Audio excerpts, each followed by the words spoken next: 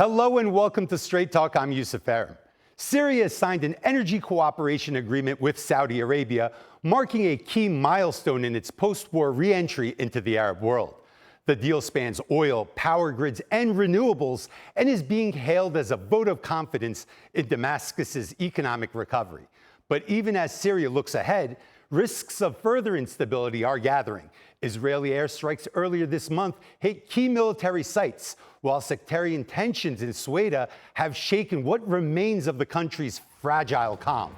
In response, Syria and Israel agreed in Paris to resume US-mediated de-escalation talks. Still, Ankara is raising alarms. Turkish officials warned that renewed instability could embolden the YPG, the Syrian offshoot of the now-disbanded PKK terror group. A deal to dissolve into the Syrian military is faltering, and both Turkiye and the US are reportedly growing impatient. Washington's special envoy Tom Barrack has warned that time is running out. So can this energy deal anchor Syria's fragile recovery, or will deepening rifts and foreign attacks pull the country back into chaos? For more, joining me now from Damascus is political analyst and Toronto University lecturer Jamal Mansour. From Washington, D.C., Global Policy Institute Senior Advisor Sean Michael Cox. And from Istanbul, an associate professor at Istanbul Medeniyet University, Hedin Sarı Ertem.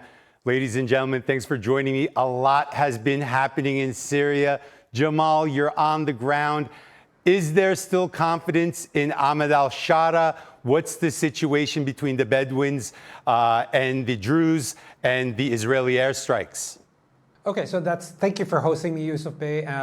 This is the million-dollar question. Is there still confidence? We don't have a way of measuring this in any reliable manner. However, if you walk on the streets of Damascus and ask around, friends, taxi drivers, people on the street, there still is an amount of confidence in the current government, in the president himself. However, this has been severely shaken by the events of the last 2 weeks. The Israeli airstrikes certainly didn't help in restoring some kind of hope in a better, less contentious start for the new regime. There is a bit of shakiness. There is a bit of disappointment in the way that that the government has handled the Sweida events.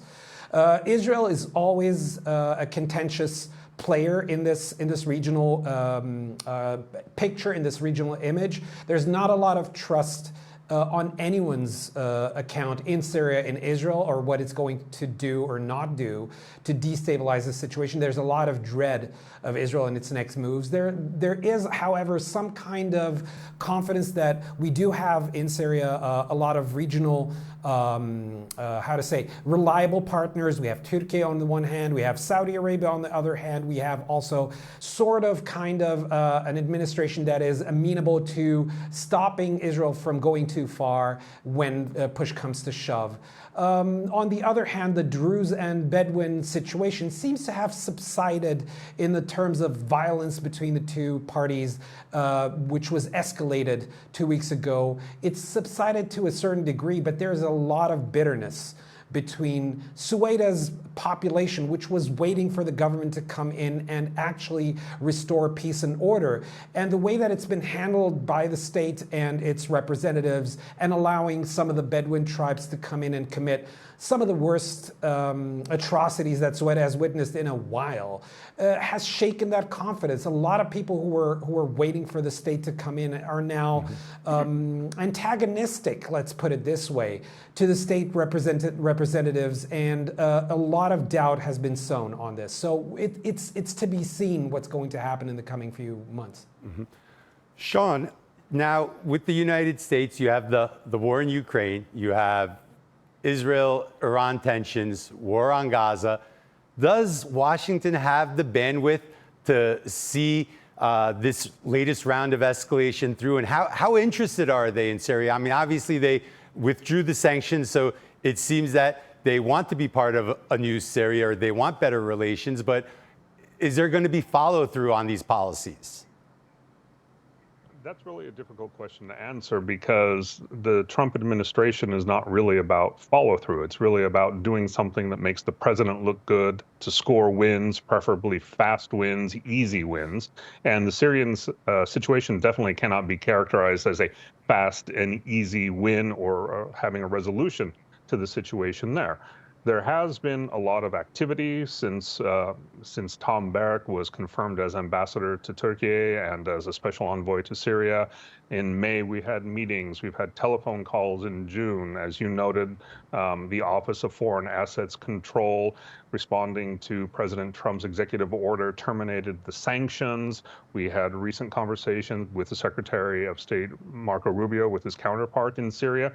So there's a lot of activity, but I think this should be put under the lens of, is this something that the United States can support without getting involved in and without Israel making them look that bad or worse than much of the world sees the United States now. So it's a challenging puzzle, and I'm not sure the Trump administration has the capacity to solve that puzzle. Helen, Turkey has been heavily invested in Syria over the past decade. Now, there was a moment of stability after the revolution was completed, but this last round of escalation, it looks concerning for Ankara.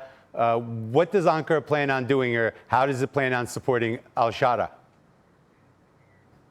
Well, I think from the very beginning, Turkey knew that it won't be a very easy task. So for all the parties, including Shara government, interim government, they know that the task, the road is a really difficult road, and they will have challenges, they will have difficulties in this road.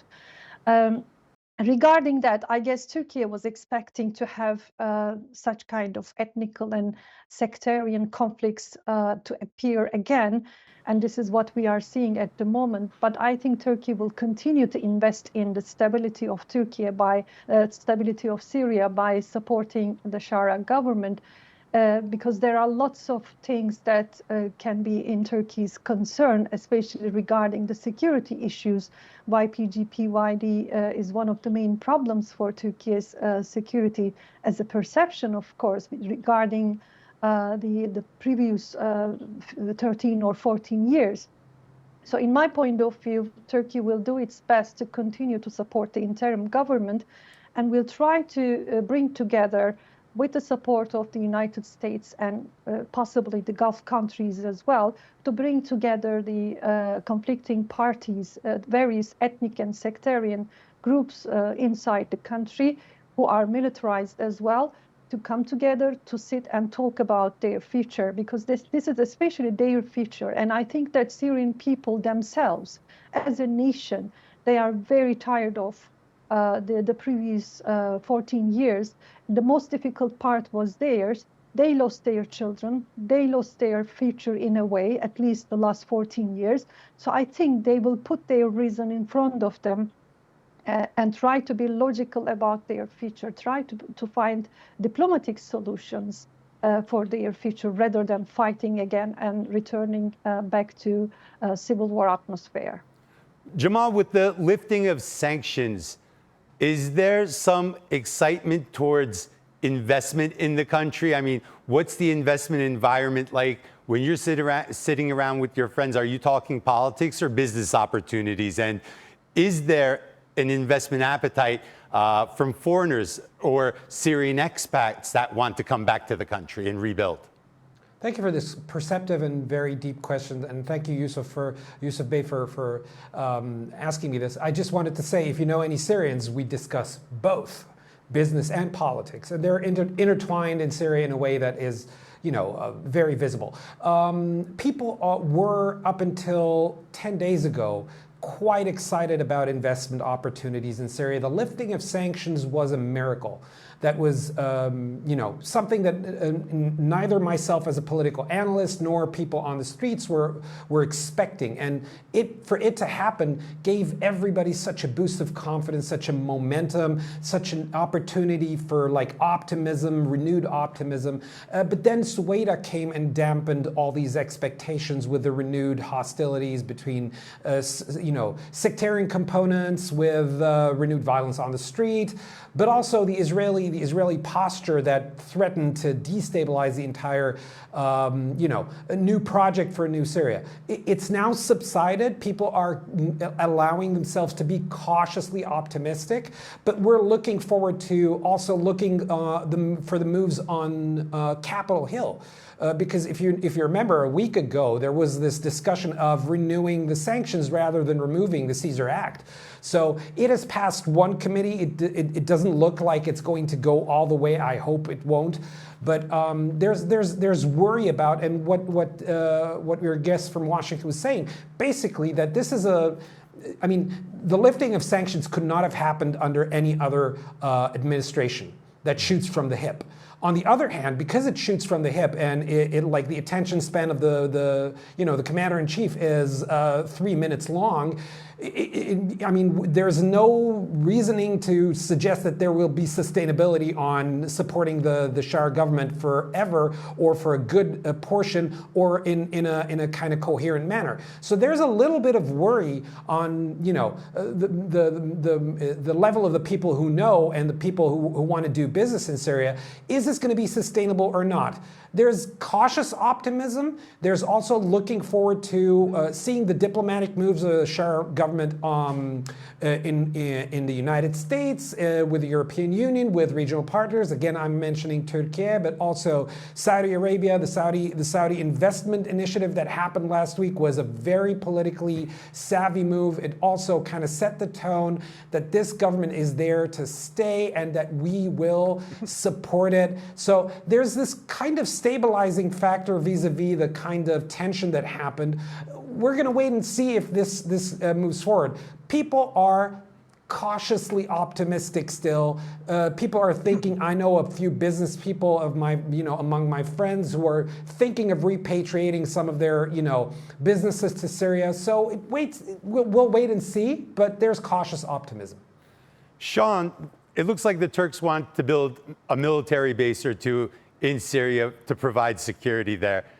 The Israelis are saying, don't do it. We're going to view that as a national security threat. And there's been some growing tension between both countries.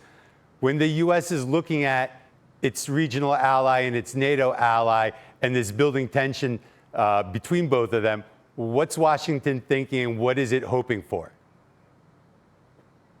It's hard to say what Washington is thinking, again, because as the previous speaker indicated, that the Trump administration is a very shoot from the hip administration, and President Trump himself can't really guide the policy because he doesn't really understand the nature of the conflict or the details of the conflict. He looks around and he tells his people, find something to make me look good. Find something where we can have a success, where we can score some points, where I can project my power and my influence. And this has not happened vis-a-vis Israel, obviously, given all the actions that Israel has taken in the previous weeks, previous months. It seems more so that the Trump administration is serving Israel's interests than Israel serving the United States' interests when it comes to this. As far as Turkey is concerned, I think currently the thought with the Trump administration is that if the United States can pull its military out and that there can be a partner, at least a partner of a certain level of trustworthiness, replacing U.S. military presence there, then that's all the better, because it can score points at home by saying we've moved our soldiers out of harm's way, we've helped contribute to the stability of a country as it rebuilds, we're not going to have another Iraq, and it's a win. I think that's what they're shooting for. Helen, Tom Barrack, the U.S. ambassador to Turkey, and also later named special envoy to Syria. Do you view the appointment of a Turkish ambassador as a Syria envoy also as a U.S. Show of confidence or a desire to have more cooperation with the Turks in Syria? And how are you viewing Barrack's performance so far vis-a-vis his ambassadorship in Turkey and his role in Syria? Well, for me, this is a signal, clear signal from Washington, at least from the Trump administration, that now they see the strong tie between the security of Turkey and Syria. These two subjects cannot be separated from each other. And it took years for Turkey to persuade the Trump administration and the previous administration, at least, to show that, to show the close linkage between Turkey's security and Syria's security, and as well as stability of these two countries. For me, this clearly shows the significance that the Trump administration attaches to this issue.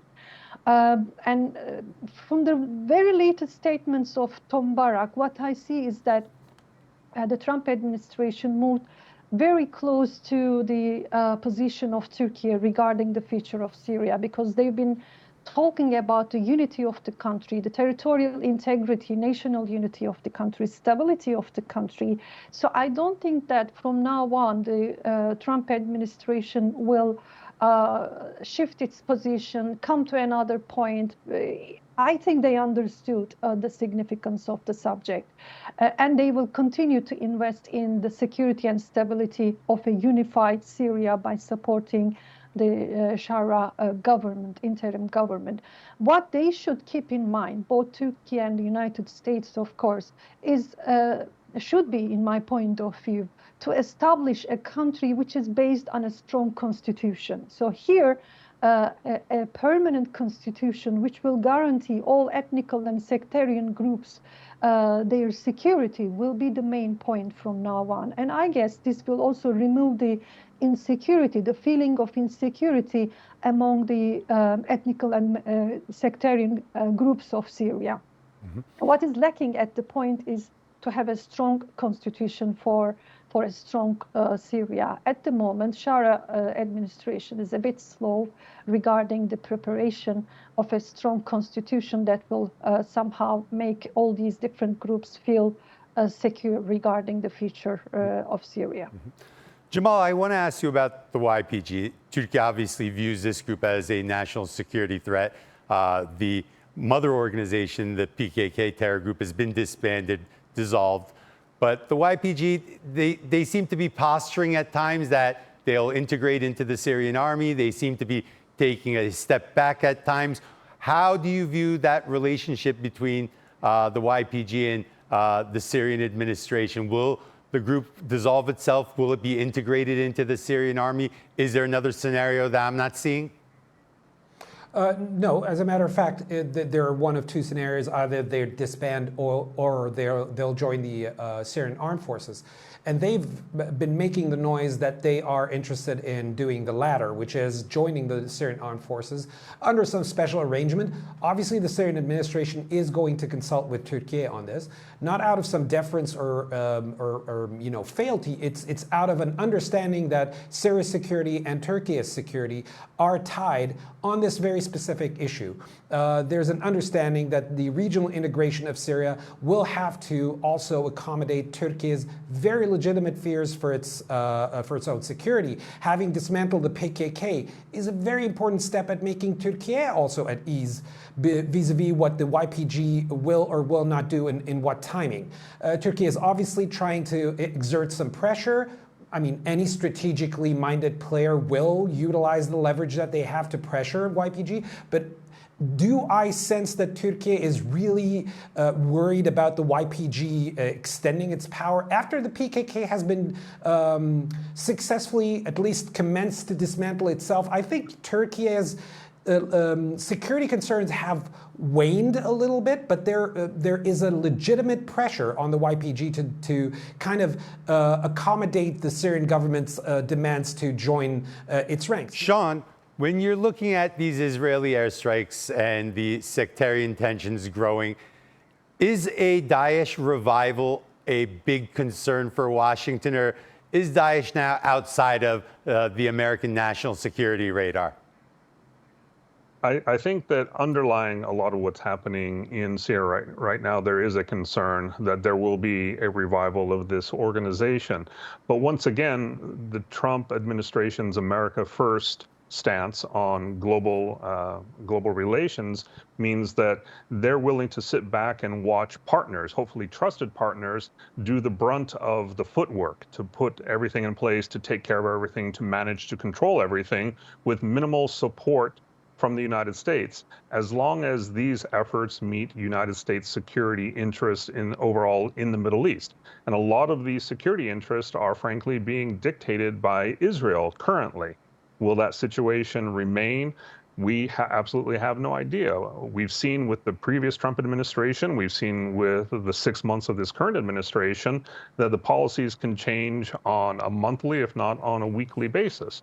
As it stands right now, there is concern that this organization could be renewed. It could have a negative impact on the security, but Washington's willing to sort of stand back and let local players take the lead in it.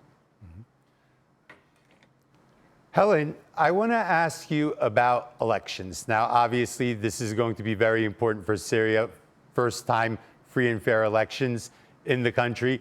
How important will that be for Shara's legitimacy? How important will that be for the international community's view on Syria regarding investments, regarding bilateral relations?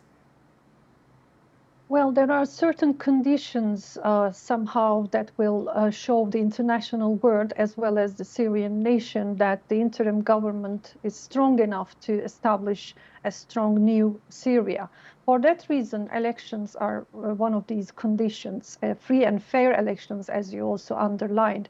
So if they can manage to have these elections in a short amount of time, although it's not very easy at the moment regarding the situation in Syria, but they should somehow be successful on that.